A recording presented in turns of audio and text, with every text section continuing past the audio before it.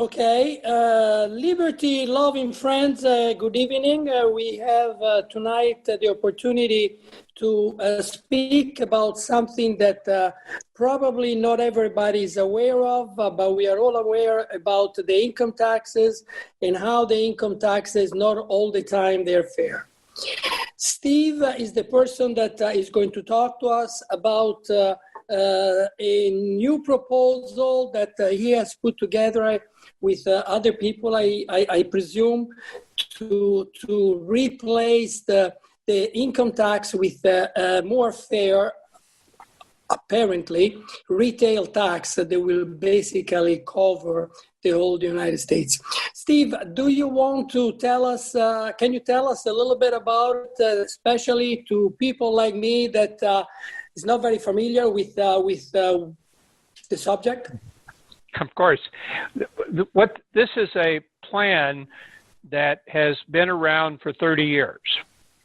It's evolved into what it is now, which is called the fair tax, which is a tax that will replace the U.S.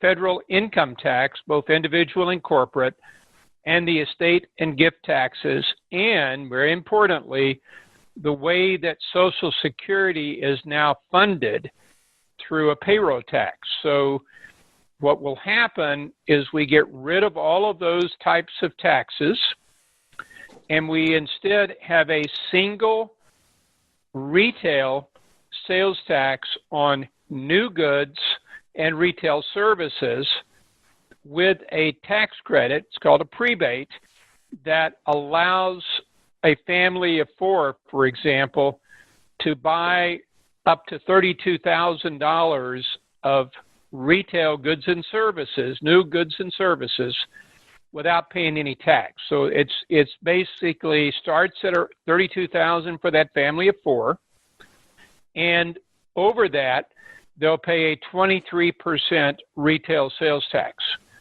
Now, they don't have to keep a record of it. They don't have to file a tax return. All they do is when they go make purchases, they pay the tax at the time of the purchase.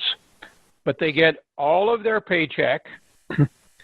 They don't have to pay any taxes out of their paycheck, so they get 100%, which for a lot of people is a more than 23% raise when you calculate how much they're paying in Social Security taxes and payroll taxes, basically with Medicare, and how much they're paying in income tax.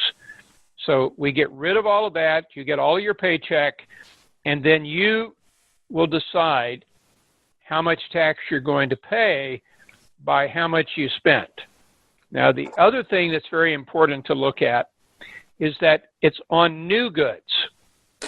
So, for example, if you go out and buy a car, and Fabrizio goes out and buys a car,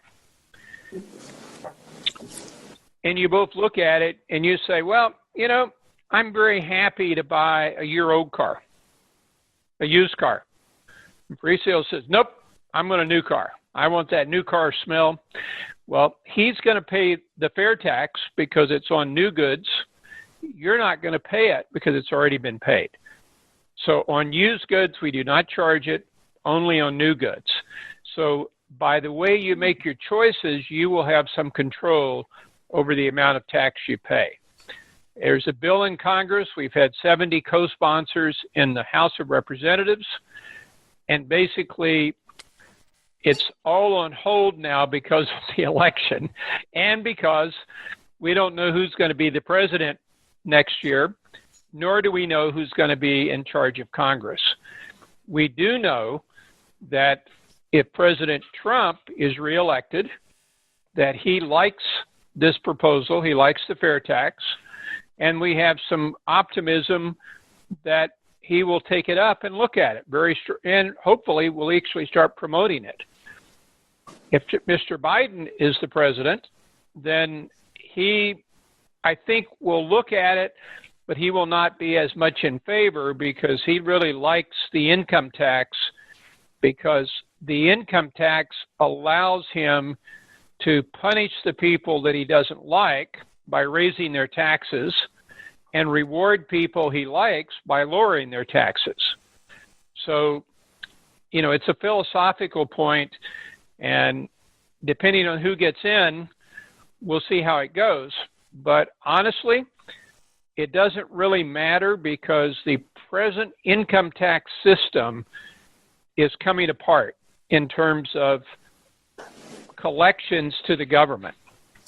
There are presently anywhere from, the IRS says $600 billion a year, others say $900 billion a year of income taxes which would be owed, which have not been paid because people have chosen to either not report the money as they should or create fiction deductions, meaning, say I spend $12,000 a year on renting an office when they really are talking about a room in their apartment. So they create a deduction that doesn't exist, and therefore they save taxes. So it's hundreds of billions of dollars a year, and frankly, it's becoming a crisis for the government because people are evading it. Now, you look at the sales tax. How are they going to evade the sales tax? If they go to Amazon and buy something, Amazon isn't going to ship it to you, although if you don't give them the tax. You go to a place like Walmart, they're only going to sell it to you if you pay the tax. So the collection points become very much fewer. Less than 10% actually will be collecting the tax of retail outlets. And most of those people are so big that if they make a mistake and don't pay the right tax, it is a mistake. It's not evasion. So evasion is going to go way down. The government will get their revenue. All of us will have the choice of how much tax we pay. And the nice part of it is that we don't have to file any returns. We don't have to report how much income we made. We don't have to worry that somebody's going to come and see us 2 years from now and say, Fabrizio, you didn't calculate that correctly. You now owe us $30,000. All of that's gone. We pay our tax when we make the purchases. Okay, well, from my point of view, I strongly believe in the Constitution of the United States, and I believe that the 16th Amendment, when the tax was started, it wasn't really very cleanly done, and there are people that they are also saying that they did not have the three-fourths of the state that they were supposed to agree upon it so that it could be actually become an amendment, the 16th Amendment. So yours proposal, to me, it would sound great, but I got a couple of questions. Sure. Steve, you said that the first $32,000, they are tax-free. Did I understood that correctly? That's for a family of four. Okay. Depending on the family size, it depends on how much is free, is not being taxed.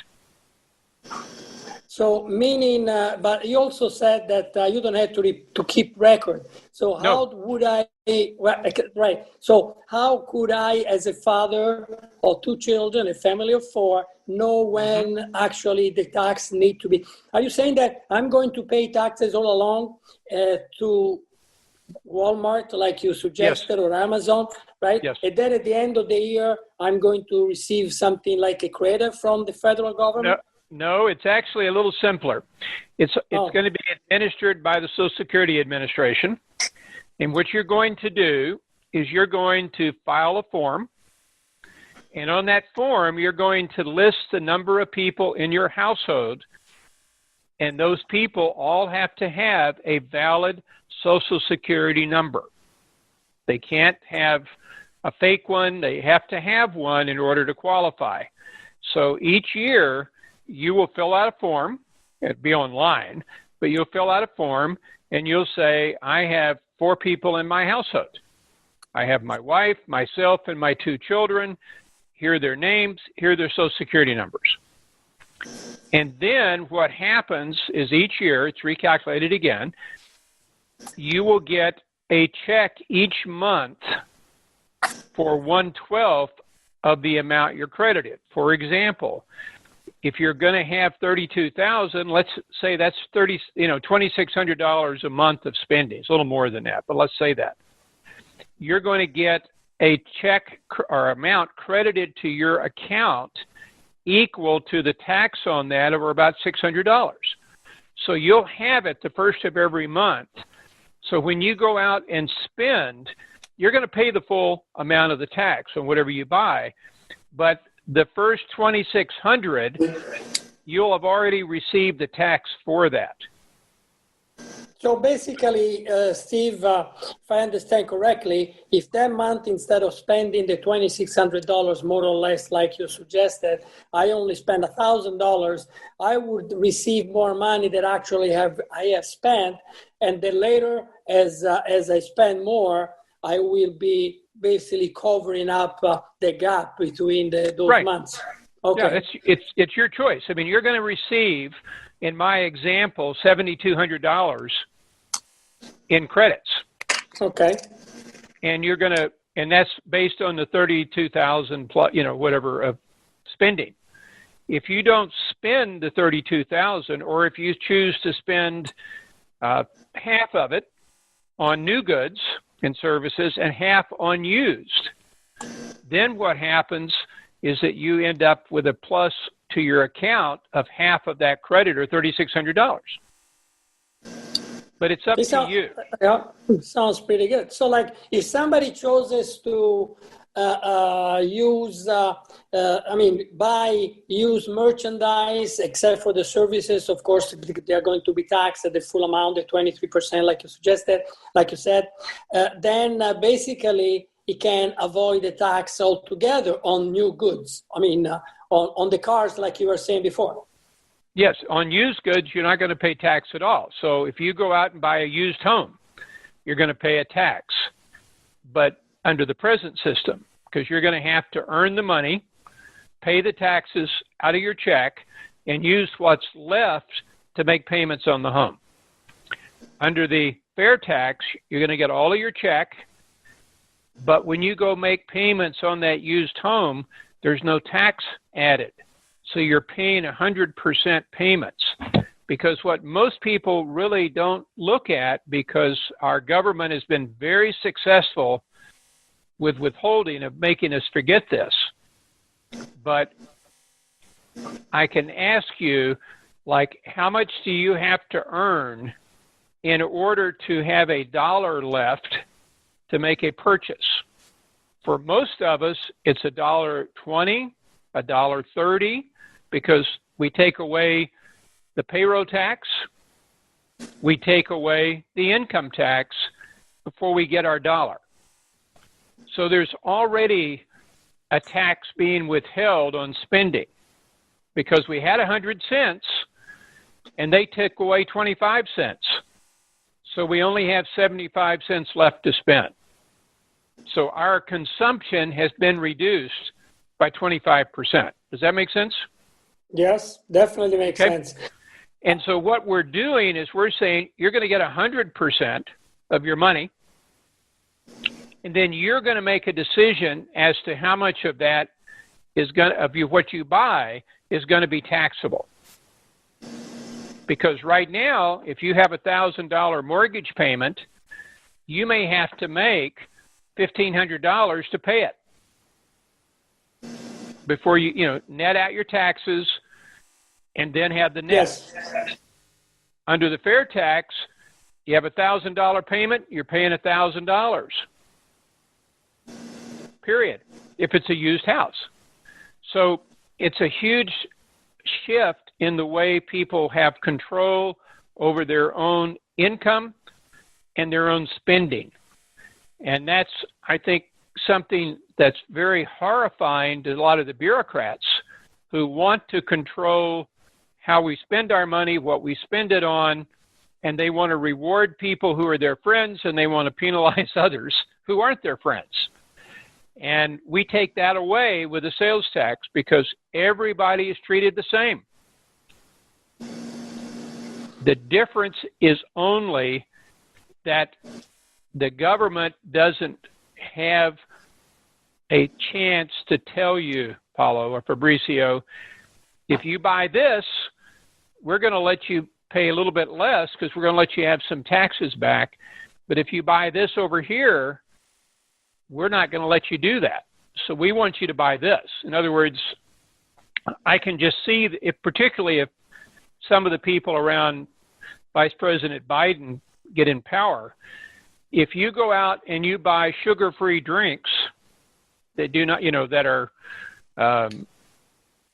stevia sweetened, we're going to let you not pay as much tax. But if you don't buy those, we're going to make you pay more. Well, you can't do that with a sales tax because the sales tax is even across the board. So you take away that control. And honestly, that plus the fact that right now, if I ask you, and I said there's going to be a $100,000 missile developed, which is nothing, of course, that's going to be used in a battle. How much of your taxes, what percentage of the money you paid in tax went to it? Nobody could figure it out. That's right. How would you know? Nobody could see it.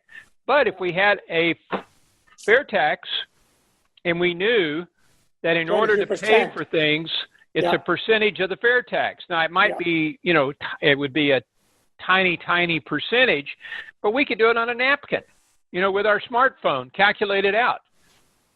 And again, the bureaucrats don't like that because we now see, not only we, but every single American makes purchases.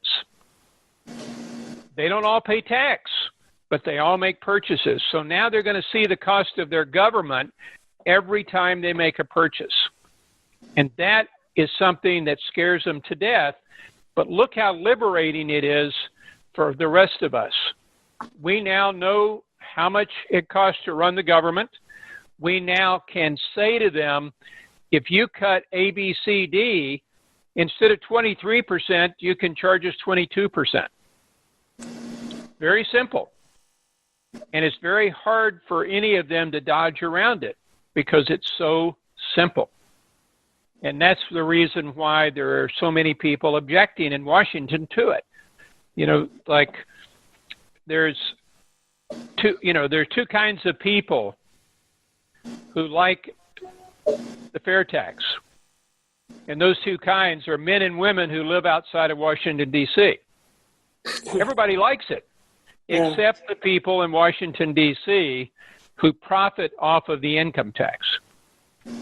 So that's really a quick examination of it. It's got lots of other benefits in terms of a trade, in terms of ways in which companies operate, because they no longer have to be operating worried about taxes.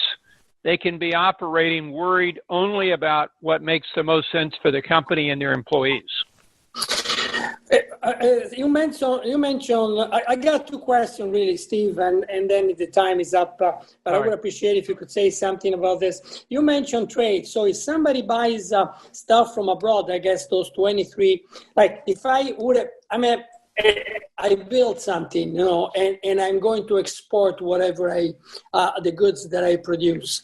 Am I supposed to pay the same 23%? Nope. Okay, because that would be unfair for. No, only for retail purchase in the U.S. So all exports would not bear any tax, whereas today our exports bear all of the taxes from the income tax and payroll tax. Whereas in Italy, when they ship something over here, they get the value-added tax they paid rebated at the border. In other words, they get it back. It comes over here 15 to 18% cheaper than it is in Italy. And when we send something from, you do the export from here and you send it to Italy, what happens? You carry the cost of the U.S. tax, which is 18 to 20%, increase in the price. And you get to Italy, and what does Italy do? They add on their goods and services tax or their value-added tax. Yeah. So you They have are the duties, unfairly import duties, competing yes. with Italy. And whereas when Italy exports over here, they're getting a 10 to 20% benefit in terms of what they can sell for and make the same profit. Good. And the last question was like, I'm sure that you have an idea more or less. You're talking about an average family of four.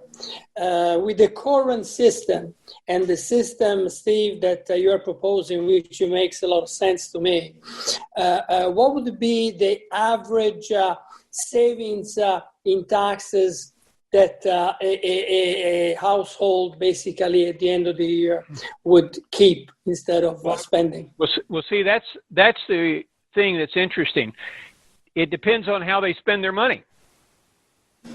Because if they go out and spend all new things every dime they make, they may pay as much or maybe even a little bit more than they're paying today.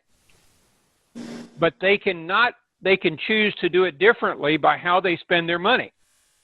If they go buy a used house, they're not going to pay tax on that. And so the amount of tax that family is going to pay is going to be less than they're paying today. But it's a choice that's personal. And frankly, for most very low income people, it's a benefit of maybe, $150 a month that they save. But as the income goes up, the savings are totally dependent on how much they spend on new goods and retail services. And basically with your system, with the system that you are proposing, we won't have to worry about the IRS anymore. No, they're gone. Yeah. The only thing that you have to do is enjoy the day. Yeah, I think that just for that, people should consider it and should go for it. Definitely. Well, I appreciate it. If people want more information, I'm sorry, I do have to run, they can go to fairtax.org. It's FAIR tax.org. And you can get a lot of information about this. We would love for you to join us. We have people who contribute, people that just want to get our newsletters. But the entire idea is to free America from the income tax and put in a very sane tax system that will make us much more prosperous going forward. I really appreciate the opportunity to talk to you. Thank you very much, Steve. We do the same. Have a good evening. Thank you, and you the same. All right.